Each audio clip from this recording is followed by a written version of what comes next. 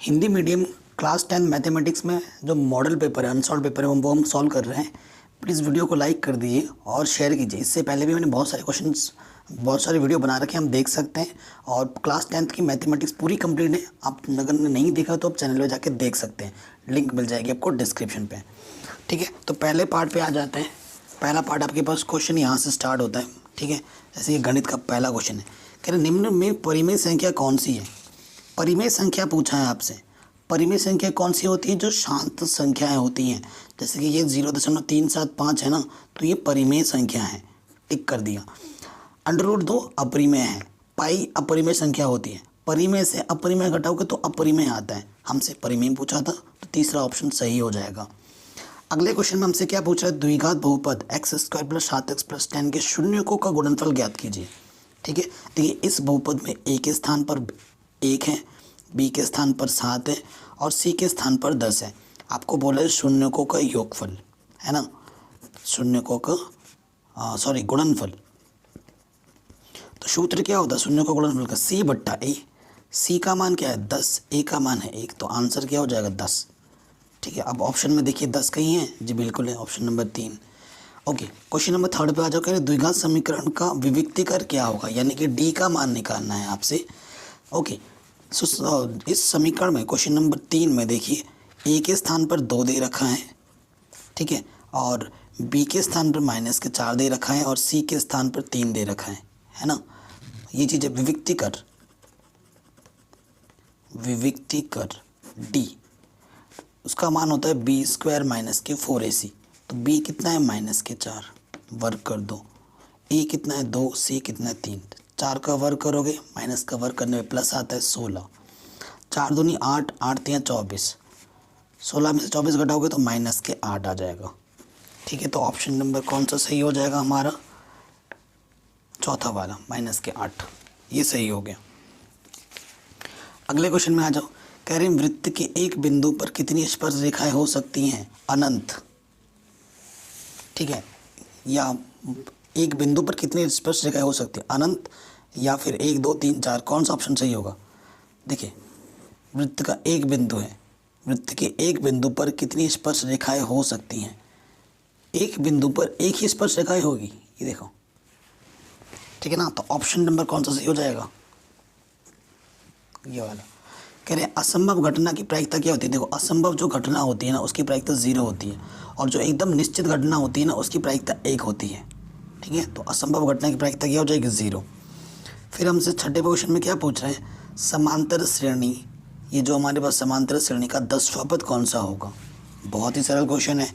देखिए AP जो हमें दे रखा है, वो दे रखा है 1, 4, 7, 10। इसका 10वां पद निकालना है।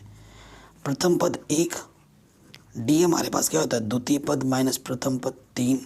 आपको 10वां पद निकालना है A10। A10 है तो 10 है ना, यहाँ पर एक कम कर देते हैं, A + 9D। अगर यहाँ पर हमें 5वां पद निकालना होता तो यहाँ पर होता है A + 4D।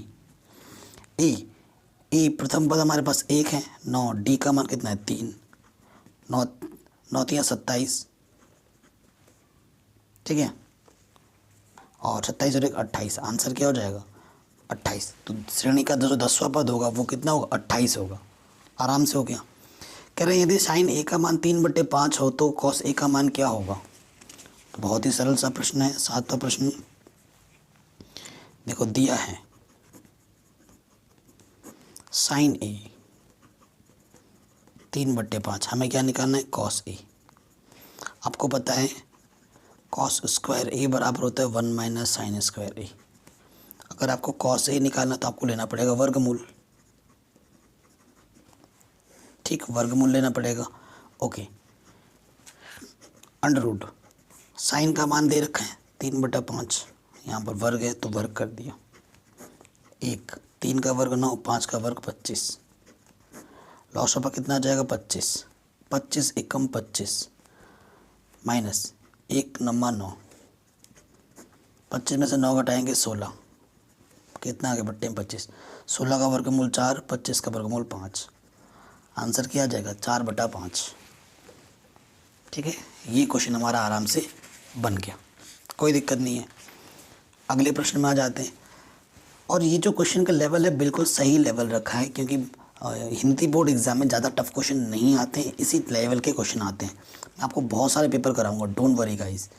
बस वीडियो को दबा के लाइक करना, शेयर करना, कमेंट करना और इसको फैला देना अपने दोस्तों के साथ, ठीक है। क्वेश्चन नंबर 8वां क्या बोल रहा है कि अगर DE समांतर है BC के, ये जो DE है वो समांतर है BC के, और AD बट्टा DB 2/3 है, यदि EC 6 सेंटीमीटर हो तो AE का मान ज्ञात कीजिए, ठीक है ना। ओके, तो प्रॉपर पूरा लिखेंगे आप, चूँकि DE बट्टा BC है, किसी त्रिभुज में अगर एक भुजा दूसरे भुजा के समांतर होती है तो थेल्स का प्रमेय लगाते हैं। थेल्स के प्रमेयानुसार, थेल्स का प्रमेय क्या कहता है कि AD बट्टा DB बराबर होगा AE बट्टा EC, यही तो कहता है। AD बट्टा DB बराबर होगा AE बट्टा EC, ठीक है। AD बट्टा DB हमें 2/3 दे रखा है और हमें AE निकालना है, और EC का मान हमें 6 दे रखा है। तो 6 ये बट्टे में दे रखा, क्या हो जाएगा गुणे में, 3 दूनी 6, 2 दूनी 4, तो AE का मान कितना आ जाएगा 4, ठीक है, सेंटीमीटर। तो ये क्वेश्चन भी हमारा आराम से बन गया। क्वेश्चन नंबर 9 पे आ जाओ। कह रहे ऊंचाई 7 सेंटीमीटर और आधार का व्यास 10 सेंटीमीटर वाले बेलन का आयतन ज्ञात कीजिए, ठीक है। हमको बेलन है, ये क्वेश्चन नंबर 9 है, ये हमारे पास बेलन है।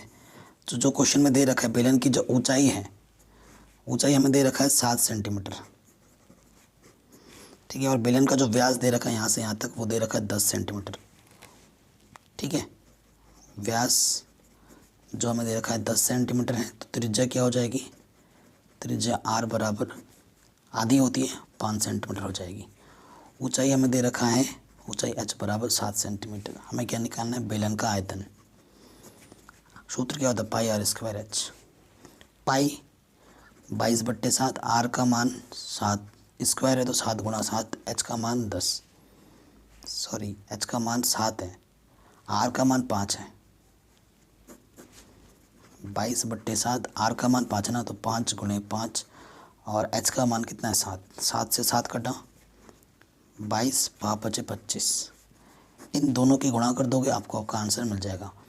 22 और 25 दूनी 50, हासिल लगा 5, 25 दूनी 50 और 5 55 सेंटीमीटर स्क्वायर। ये आ गया हमारा आंसर, ठीक है। ये क्वेश्चन भी हमारा आराम से बन गया। अगले क्वेश्चन में आ जाओ, 10वां, बहुत ही शानदार क्वेश्चन है। इस क्वेश्चन में हमसे क्या बोला है, निम्न सारणी में x का मान ज्ञात कीजिए। देखो एक संचयी बारंबारता है ना, इस पर आपको x का मान ज्ञात करना है। आपको पता है संचयी बारंबारता में क्या होता है, जैसे पहला वाला तो वैसे का वैसा होता है, इसको और इसको जोड़ेंगे तो 26 मिला, 26 और 24 को जोड़ेंगे तो देखो 50 मिला, और 50 और 28 को जोड़ेंगे तो हमें क्या मिलेगा, x मिलेगा, ठीक है ना। 50 + 28 किसके बराबर है, x के, तो जोड़ दो 8 7 5 और 2 7, तो x का मान क्या होगा 78। इतना इजी क्वेश्चन था, क्वेश्चन नंबर 10 हो गया। अगले क्वेश्चन में आ जाओ, 11वां। देख रहे हो मैं आपको बहुत समझा भी रहा हूँ और इतने फटाक से क्वेश्चन हो रहे हैं।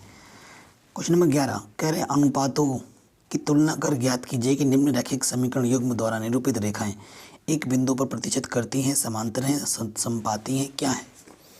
सो अगर पहला वाला समीकरण देखें, पहले तो लिख लेना। क्वेश्चन है 11, यहाँ पर देखो जो A1 है x का गुणांक, B1 है 2, C1 है -4, क्योंकि कुछ संख्या अगर दाहिनी तरफ होती है तो उसके हमें बाईं तरफ लानी होती है, ये पहले से ही बाईं में है, हमें दाईं में 0 छोड़ना होता है। जो A2 है वो मेरा 2 है, जो B2 है वो मेरा 4 है, और जो मेरा C2 है वो -12 है। अब देखो यहाँ A1 बट्टा A2 1/2, A1 का मान 1 है, A2 का मान 2 है। B1 बट्टा B2 2/4 रख दिया मान B1 B2 का, 2 1 कम 2 2 दूनी 4, ये दोनों बराबर है।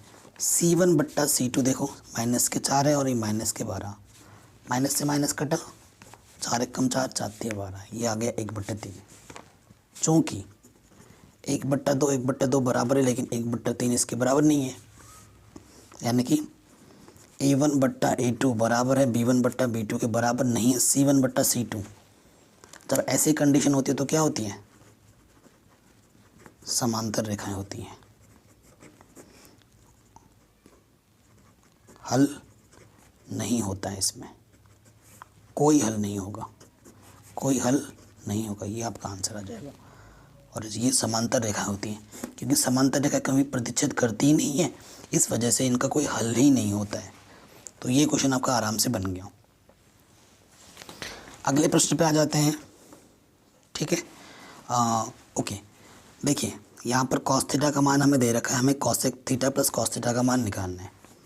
अच्छा देखिए, प्रश्न संख्या 12 है, साइन थीटा बराबर क्या होता है, अंडर रूट के अंदर 1 माइनस कॉस स्क्वायर थीटा, है ना। इस क्वेश्चन को करने के बहुत सारे तरीके हैं, लेकिन छोटा जो आसान तरीका है, जो कम समय लगेगा, उसी को ही हम कर रहे हैं।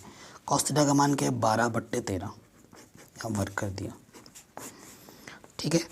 12 का वर्ग 144, 13 का वर्ग 169, लॉ ले लो, इसके बट्टे में कुछ नहीं तो एक आ जाएगा, गुणा कर दी 169, इसके गुणा इसके साथ 169 एक कम 169, माइनस इसकी गुणा इसके साथ 144 एक कम 144, घटा दिया तो आ जाएगा 25/169।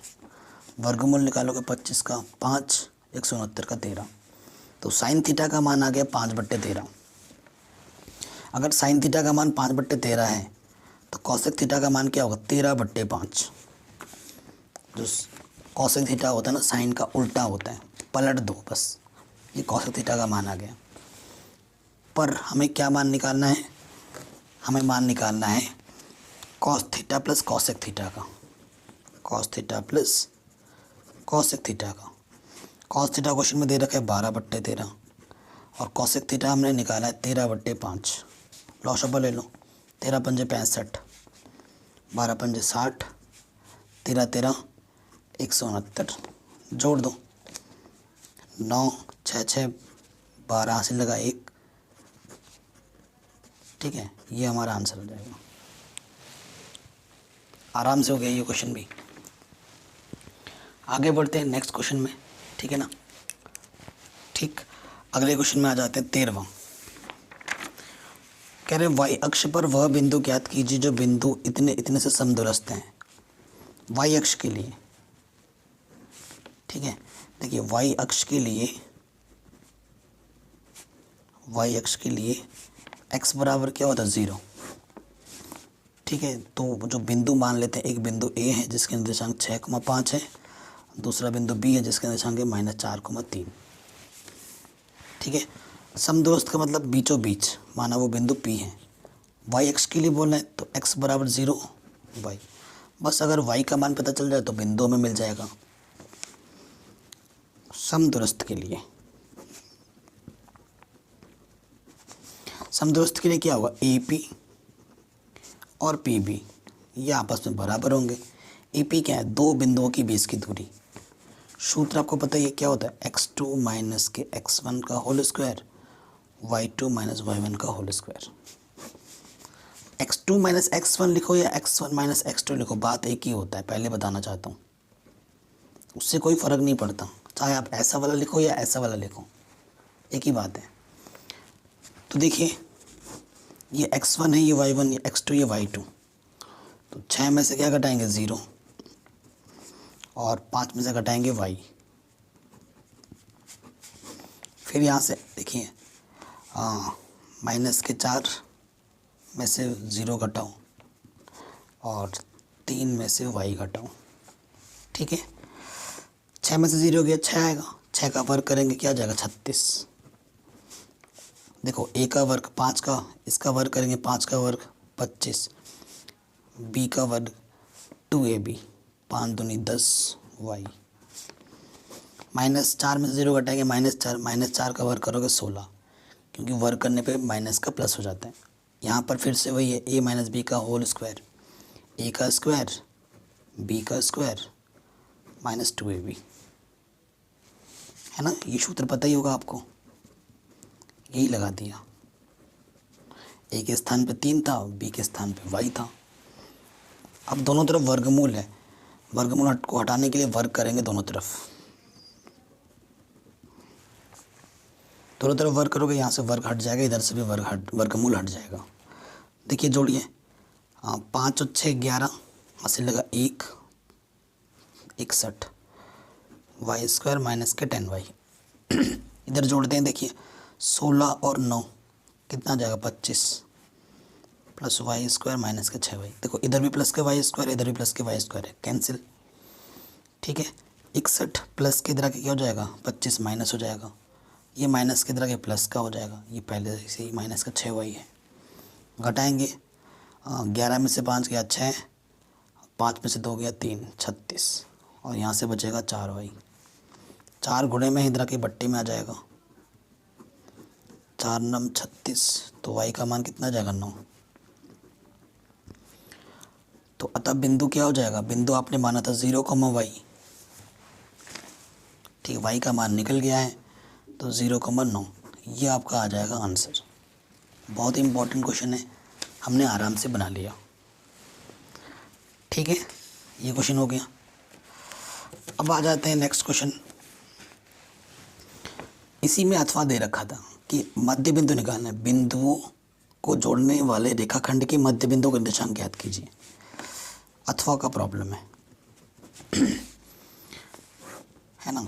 ये मेरा ए है, ये मेरा बी बिंदु है। ठीक है, ए बिंदु आपको क्या दे रखा है क्वेश्चन में, ए बिंदु दे रखा है 4, -1, और दूसरा दे रखा है -2, 3।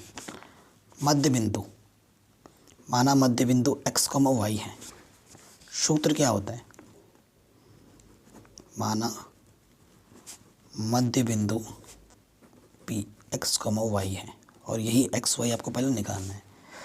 देखो अगर x का मान निकालना है तो सूत्र होता है x1 + x2/2, और y का सूत्र होता है y1 + y2/2। ये x1 है, ये y1, ये x2 है, ये y2। x1 4, x2 है -2। 4 प्लस माइनस माइनस, 4 में से 2 घटाएंगे 2/2, 2 1 कम 2, तो x का मान कितना आ गया 1। y1 कितना है मेरा -1, y2 कितना है मेरा -3। तो -1 प्लस माइनस माइनस, ये आ गया -4/2 यानी कि 2, तो y का मान आ गया -2। अतः बिंदु x, y माना था आपने, x का मान 1 आया है और y का मान -2 आया है, यह आपका मध्य बिंदु आ जाएगा। ठीक है, तो ये क्वेश्चन भी आपका आराम से बन गया। अगले वाले प्रश्न पे आ जाते हैं। कह रहे हैं 2 खिलाड़ियों संगीता और रेशमा टेनिस का एक मैच खेलते हैं। यह ज्ञात है कि संगीता द्वारा मैच जीतने की प्रायिकता इतनी है। ठीक है, रेशमा के जीतने की प्रायिकता क्या होगी। ठीक है, जो प्रायिकता जितने भी घटनाएं होती है उनका जो प्रायिकता का योगफल होता है वो 1 होता है। अब देखो यहाँ से देखिए, 2 खिलाड़ी हैं संगीता और रेशमा, ढंग से देखिएगा, इधर संगीता है, इधर रेशमा है। ठीक है, कह रहे हैं संगीता द्वारा मैच जीतने की प्रायिकता 0.62 है, तो रेशमा के जीतने की प्रायिकता क्या होगी। ठीक है, रेशमा के जीतने की प्रायिकता क्या होगी, ये हमें निकालना है। मज़ेदार बात यह है कि देखो संगीता का जीतने का दे रखा है, ये जो प्रायिकता है ये संगीता के जीतने की प्रायिकता है, जीतने की प्रायिकता है। अगर संगीता हारेगी, ये दोनों एक दूसरे के साथ खेल रहे हैं ना बैडमिंटन, संगीता अगर हारेगी तो जो संगीता के हारने की प्रायिकता होगी वही रेशमा के जीतने की प्रायिकता बन जाएगी, है ना। अगर 2 दोस्त खेल रहे हैं, अगर ये वाला हारता है तो जितनी बार ये हारेगा उतनी ही बार ये वाला बंदा जीतेगा, है ना। तो संगीता के हारने की जो प्रायिकता होगी वही प्रायिकता रेशमा के जीतने की होगी। ये है क्वेश्चन का ट्रिक। ठीक है, आपको पता है हमें दे क्या रखा है कि घटना ए है संगीता, उसकी प्रायिकता में 0.62 दे रखी है, तो जीतने की प्रायिकता, हारने की प्रायिकता आपको निकालनी है, यानी कि उस घटना के ना होने की प्रायिकता निकालनी है। आपको पता है किसी घटना के होने और किसी घटना के ना होने की प्रायिकता का योगफल 1 होता है। ठीक है, होने की प्रायिकता में दे रखी है 0.62, ना होने की प्रायिकता यानी कि हार की प्रायिकता में निकालनी है। ये प्लस का है, उधर जाके माइनस का हो जाएगा। तो ये लिख देना, संगीता के हारने की प्रायिकता ही रेशमा की जीत की प्रायिकता होगी, ऐसे करके लिखना। ठीक है, और ये प्लस का है, इधर आके क्या हो जाएगा, ये माइनस का। तो घटाते हैं, देखिए 1.00 लिख दो, घटा दीजिए। 10 में से 2 गया 8, 9 में से 6 गया 3, इधर बचा 0। सो आंसर क्या आएगा, 0.38। यही प्रायिकता होगी रेशमा के जीतने की। तो आप लिख दो, अतः रेशमा के जीतने की प्रायिकता 0.38 होगी। ठीक, ये क्वेश्चन बन गया। इसी में अथवा में है कि एक थैले में 3 लाल कितनी है, लाल गेंद 3 है, काली गेंद 5 है। ठीक है, कुल गेंद कितनी है, 3 + 5 यानी कि 8। ठीक है, इसकी प्रायिकता क्या है कि गेंद लाल होगा, एक अंदाजे में निकाला जाता है। लाल गेंद होने की प्रायिकता निकालनी है, लाल गेंद होने की प्रायिकता। तो सूत्र क्या होता है, संभव परिणाम बट्टे कुल परिणाम। तो लाल गेंद कितने हैं, 3, और कुल परिणाम कितने हैं, 8। तो ये लाल गेंद निकालने की प्रायिकता आ जाएगी 3/8। ठीक है, ये क्वेश्चन आपका आराम से बन गया। अगला क्वेश्चन है, 5 सेंटीमीटर त्रिज्या का एक वृत्त खींचिए। ठीक है, ये गोला प्रकार चंदा से बनाने वाला प्रॉब्लम है। सो आपको पता ही होगा क्या करते हैं, ऐसे आपको 5 सेंटीमीटर का एक वृत्त खींचना है। ठीक है, खींच दीजिए, ये 5 सेंटीमीटर है। फिर क्या बोला है, केंद्र से 8 सेंटीमीटर दूर, केंद्र से 8 सेंटीमीटर, तो यहाँ मान लेते हैं 8 सेंटीमीटर दूर एक बिंदु ले लोगे P, और इससे आपको स्पर्श रेखा डालना है। तो क्या करते हैं, आधे से ज़्यादा लेके यहाँ से चाप खींचोगे, उठा के यहाँ से अर्धक खींचोगे, इसको मिलाओगे, आपको एक कट बिंदु मिलेगा। इसको त्रिज्या मानते हुए आप क्या बनाओगे, एक वृत्त जो ऐसे जाएगा और ये 2 बिंदु पे कट करेगा, और फिर इसको मिला दोगे, आपका स्पर्श बन जाएगा। यानी कि आप आपका जो 11.2 है का जो क्वेश्चन नंबर 1 है ना, आप आराम से देख लेना, आप समझ जाओगे कि कैसे बनाना है। ठीक है, वो मैंने पढ़ा रखे हैं, मेरे पास अभी नहीं है तो मैं प्रॉपर बना के नहीं दिखा पा रहा हूँ। आई होप आपको पहले से ये चीज़ आती होगी। क्वेश्चन नंबर 16 बहुत इंपॉर्टेंट है, हर बार ही ऐसा क्वेश्चन पूछा ही जाता है, आपको पता है। ठीक, तो क्वेश्चन नंबर 16 में आ जाते हैं, कह रहे हैं यूक्लिड विभाजन एल्गोरिथम का प्रयोग करके इन दोनों संख्याओं का आपको क्या निकालना है, HCF निकालना है। और अथवा में भी एक क्वेश्चन दे रखा है, दोनों ही क्वेश्चन शानदार हैं।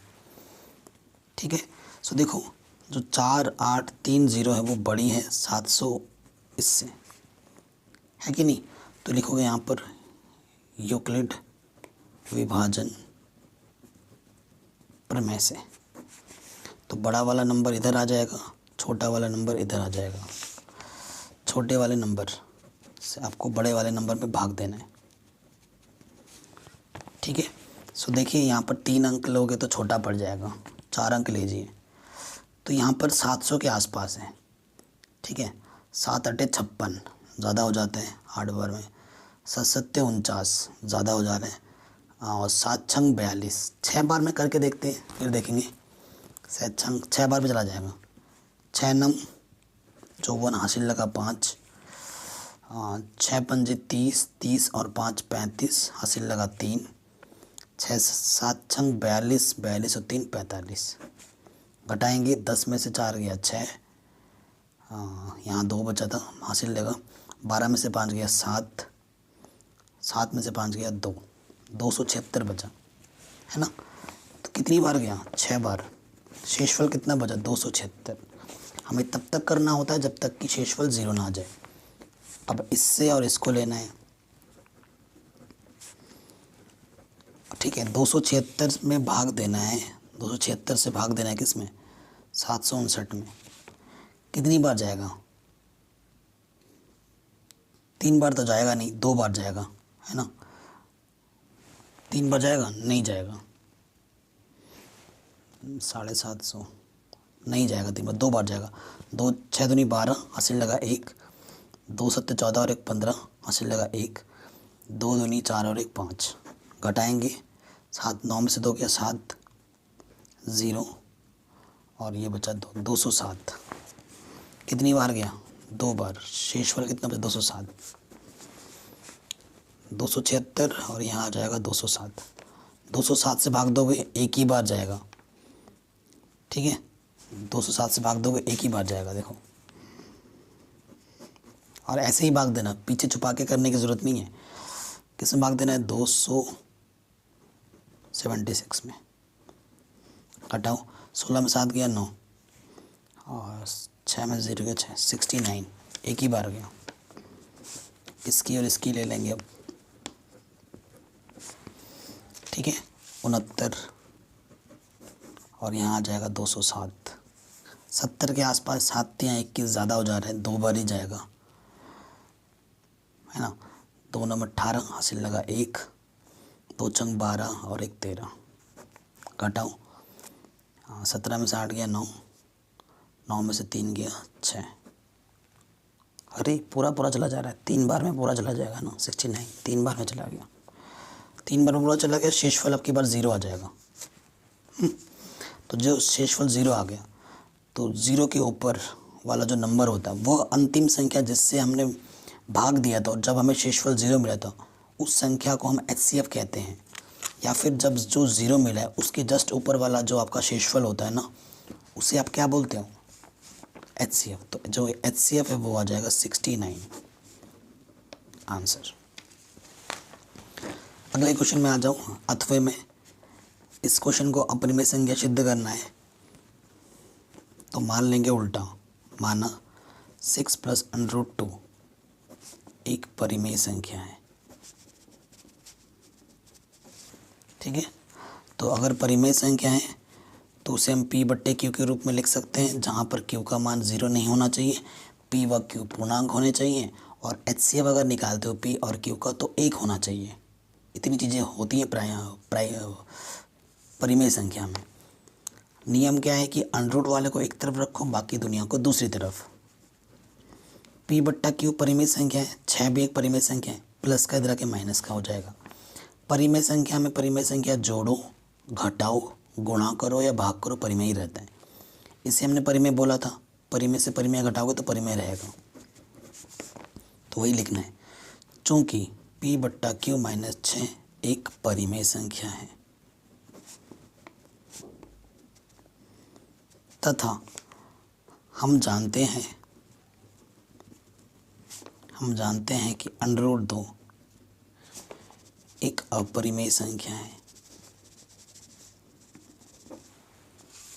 तो ये अपरिमेय और परिमेय बराबर हो सकते हैं, अतः समीकरण 1 से ये चीज़ कभी बराबर हो ही नहीं सकती, अतः हमारी अवधारणा गलत है, यानी कि जो हमने माना था स्टार्टिंग में वो गलत है। इसलिए 6 + √2 एक अपरिमेय संख्या होगी, ठीक है। ये हमारा आंसर आ जाएगा। ये क्वेश्चन भी हमारा आराम से बन गया। सो जो क्वेश्चन हम इस वीडियो में ना इतना ही रखते हैं। क्वेश्चन नंबर 17 से लेकर जितने भी क्वेश्चन बच रहे हैं वो क्वेश्चन हम एक ही पार्ट में कर देंगे नेक्स्ट पार्ट में।